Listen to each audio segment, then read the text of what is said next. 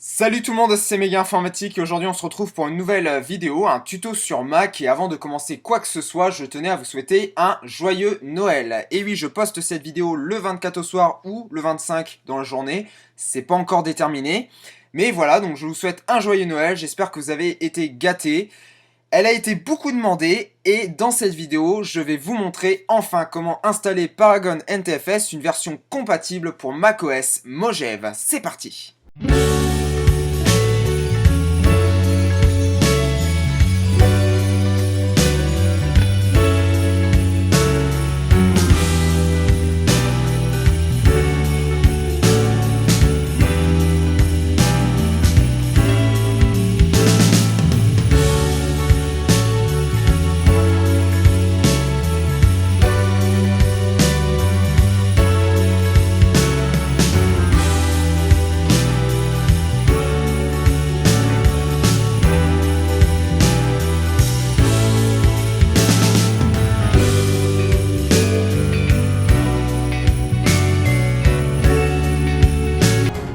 Avant de rentrer dans le vif du sujet, je vais vous donner quelques informations rapides, rassurez-vous. Donc tout d'abord le fait que je suis bien sur macOS Mojave, donc je vais vous montrer ça, je vais aller dans le menu pomme dans à propos de ce Mac.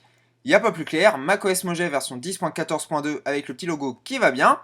Alors, en ce qui concerne Paragon, comme la version que j'avais postée le Noël dernier, puisque je vous avais posté la version compatible avec High Sierra le Noël dernier, cette version s'appuie sur le script. Alors, il faut savoir que quand vous installez Paragon NTFS, vous avez le droit sur un nouvel ordinateur à 10 jours d'essai, et au bout de ces 10 jours, l'application va vous demander gentiment d'acheter une version pour pouvoir l'utiliser pleinement.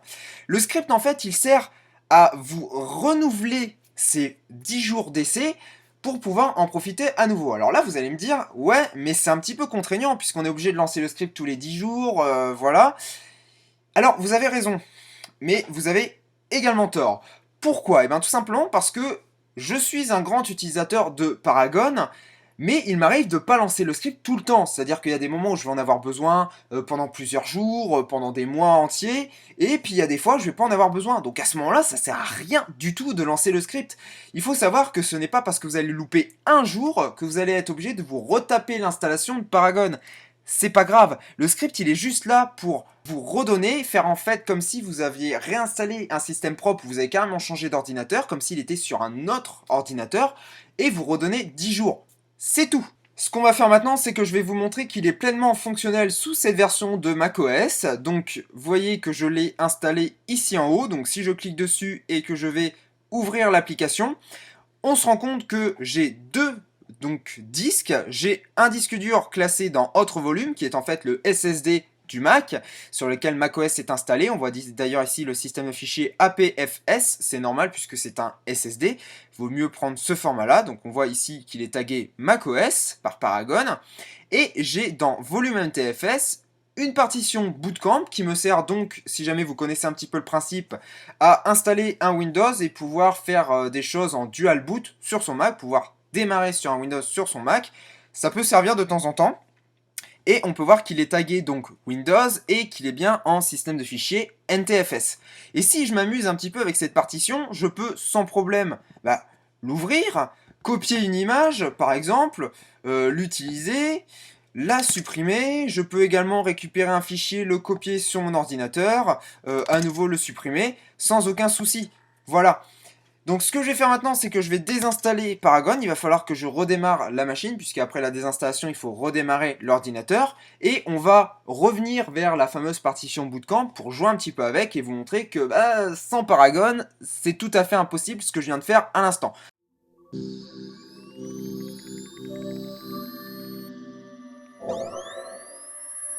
Une fois le Mac redémarré, déjà on peut s'apercevoir d'une chose, c'est que je n'ai plus le logo Paragon dans ma barre des tâches en haut. Donc jusque là c'est tout à fait normal, je l'ai désinstallé donc il n'y est plus. Je vais également vous montrer, si je reprends ma partition Bootcamp, donc je vais aller faire un commande I pour aller choper les informations. Donc c'est toujours une partition NTFS, ça n'a pas bougé d'un iota. Et si j'essaye d'ouvrir la fenêtre, et déjà on se rend compte que c'est une fenêtre standard, sans la colonne à gauche et la barre au-dessus. Donc déjà c'est signe que voilà, on ne peut pas faire autant de choses qu'avec Paragon. Eh bien, on peut très bien copier un fichier sur le bureau, par exemple, de cette partition. Donc ça fonctionne sans aucun problème. Par contre, je ne peux absolument pas mettre un fichier dans la fenêtre. Donc je n'arrive pas à copier un fichier dans le disque. Vous voyez, si jamais je glisse le fichier, en dessous de la souris, on peut s'apercevoir qu'il y a un symbole barré. Donc ça ne veut pas. Voilà, donc la prochaine étape, ça va être de télécharger, d'installer Paragon. Donc si vous avez suivi mes précédentes vidéos, la procédure sera exactement la même avec une autre version, hein, tout simplement. Par contre, si vous tombez sur cette vidéo et que vous ne connaissez pas la méthode d'installation, bah, vous pouvez la suivre tranquillement une fois que vous avez récupéré le fichier. Je ne ferai également pas de présentation de Paragon dans les détails, puisque ça je l'ai déjà fait dans une précédente vidéo, donc à ce moment-là je vous redirigerai vers une vidéo, il y aura tout dans la description, ne vous inquiétez pas. Donc c'est parti, on s'y colle tout de suite. Bien, on va rentrer dans le vif du sujet maintenant, donc vous êtes prêts? C'est parti. Donc dans un premier temps, il va falloir récupérer le fichier. Et où on le récupère, le fichier? Eh bien, vous allez dans la description de la vidéo, vous aurez un lien.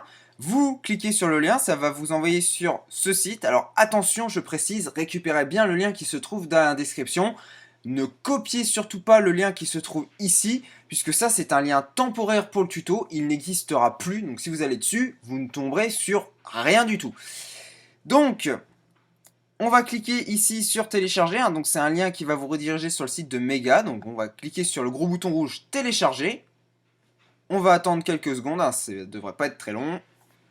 Ensuite, on va cliquer sur enregistrer le fichier et OK. Et là, soit il vous demande où enregistrer le fichier, soit par défaut, il vous l'envoie dans le dossier téléchargement ou sur le bureau, ça peut arriver, ça dépend de ce que vous avez paramétré.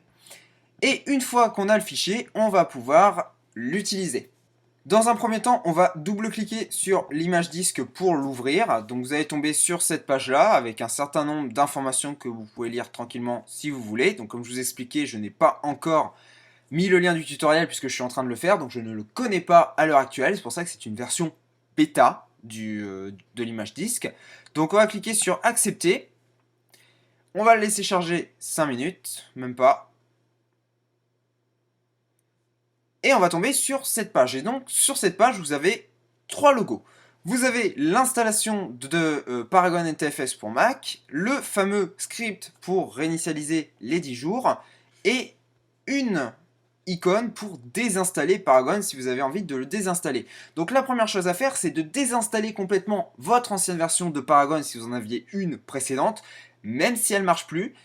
Et ensuite, vous allez double-cliquer sur Installer NTFS for Mac. Voilà, donc là, il va vérifier. Et si à ce moment-là, il vous dit que l'application est endommagée et que vous avez juste la possibilité d'annuler ou de le mettre à la corbeille, je vous invite à suivre le tuto qui se trouve dans la description de la vidéo qui va vous montrer comment réparer cette erreur. Donc là, c'est pas le cas puisque j'ai fait le nécessaire. Donc on va cliquer sur Ouvrir. Voilà. On va cocher la case I accept the software license agreement. Yeah, in English, please. Hop, et du coup, le bouton suivant va devenir clair, hein, il va arrêter d'être grisé. On va cliquer sur suivant et on va laisser Paragon s'installer tranquillement. Donc on peut voir le logo qui vient d'apparaître en haut. Hop, comme quoi il a détecté un donc volume en NTFS, donc le fameux bootcamp. On va attendre encore quelques secondes.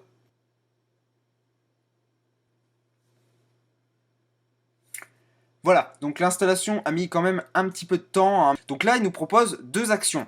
Soit commencer la période d'essai de 10 jours. Donc normalement, si vous venez d'installer pour la première fois Paragon, vous êtes dans cet état-là. Ou vous avez déjà installé la précédente version de Paragon. Dans ce cas-là, ce qu'il faut faire avant donc de relancer Paragon NTFS, c'est de lancer le script.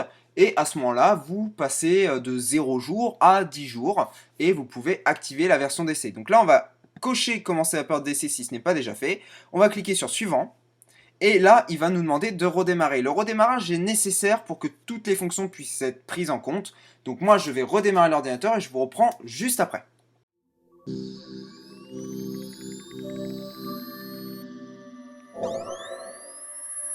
On se retrouve après le dernier redémarrage de l'ordinateur et comme vous pouvez le voir, Paragon est à nouveau apparu dans ma barre des tâches, hein, donc jusque là c'est pareil, hein, c'est logique. Voilà, donc on va ouvrir encore une fois l'application comme on avait fait au début du tuto. Voilà, donc À l'intérieur, on retrouve bien évidemment mon volume Windows Bootcamp. Donc je peux sans problème aller récupérer mon volume. Et comme vous pouvez le voir, j'ai ma barre en haut et ma colonne à gauche. Donc si jamais je glisse un fichier, je peux sans problème écrire dedans, le supprimer, etc. Je peux manager mon disque en NTFS. Si jamais vous avez marqué lecture seule ici, vous n'arrivez pas à copier des fichiers sur vos volumes, il va falloir tout simplement, après le redémarrage de Paragon, puisque le redémarrage est nécessaire, et bien si ça ne fonctionne toujours pas, vous sélectionnez votre volume et vous cliquez ici sur démonter, et ensuite vous le remontez. Normalement, il devrait ne plus être en lecture seule. Voilà. Une autre étape également, c'est de récupérer en double-cliquant à nouveau sur l'image disque et en cliquant sur accepter, vous récupérez ici le script reset Paragon, un trial reset, et vous le glissez dans votre dossier application. Comme ça, vous l'avez à portée de la main pour pouvoir initialiser vos 10 jours. Donc, les 10 jours qui, comme vous pouvez le voir ici, sont activés, donc qui expirent dans 10 jours. Voilà, donc le petit logo lecture seule, c'est celui-ci, c'est ce dont je vous parlais. Voilà, donc si jamais vous avez le moindre souci, alors l'interface je vous la présente pas parce qu'elle est quand même assez ergonomique, assez simple à comprendre. Si vous avez la moindre question, je vous mets une vidéo dans la description de la vidéo où vous pourrez aller choper les informations. C'est une autre version de Paragon, donc ne vous en occupez pas. Prenez les informations pour utiliser l'interface que vous avez besoin et donc calquez-les sur cette version-là. C'est globalement assez simple, mais si vous avez un souci, vous avez toujours la rubrique aide ici de Paragon et les commentaires de la vidéo sont là pour ça. Je me ferai une joie de répondre. C'est tout pour cette vidéo. Comme d'habitude, je vous invite à la partager un maximum sur les réseaux sociaux, Facebook, Twitter. Lâchez-vous, c'est le meilleur moyen de m'aider si mon travail vous plaît. C'est le meilleur moyen de m'offrir de la visibilité et c'est tout à fait gratuit. Donc merci à vous si vous le faites. N'hésitez pas également à lâcher un petit j'aime, ça fait toujours plaisir, un pouce bleu. Également à vous abonner à la chaîne, donc pour ceux qui sont abonnés et les futurs abonnés si ce n'est pas déjà fait, vous pouvez cliquer sur la cloche, et c'est préférable de cliquer sur la cloche qui se trouve à droite du bouton s'abonner et de cocher la case m'envoyer les nouvelles notifications. Si vous ne le faites pas, vous ne serez pas averti à chaque fois que je sors une nouvelle vidéo, ce qui est un petit peu dommage. Voilà, il ne me reste plus qu'à vous souhaiter à nouveau un joyeux Noël et une très bonne journée, nuit, soirée, tout ce que vous voulez. Ça dépend quand est-ce que vous visionnez cette vidéo. Et à très bientôt sur la chaîne de Méga Informatique. Ciao!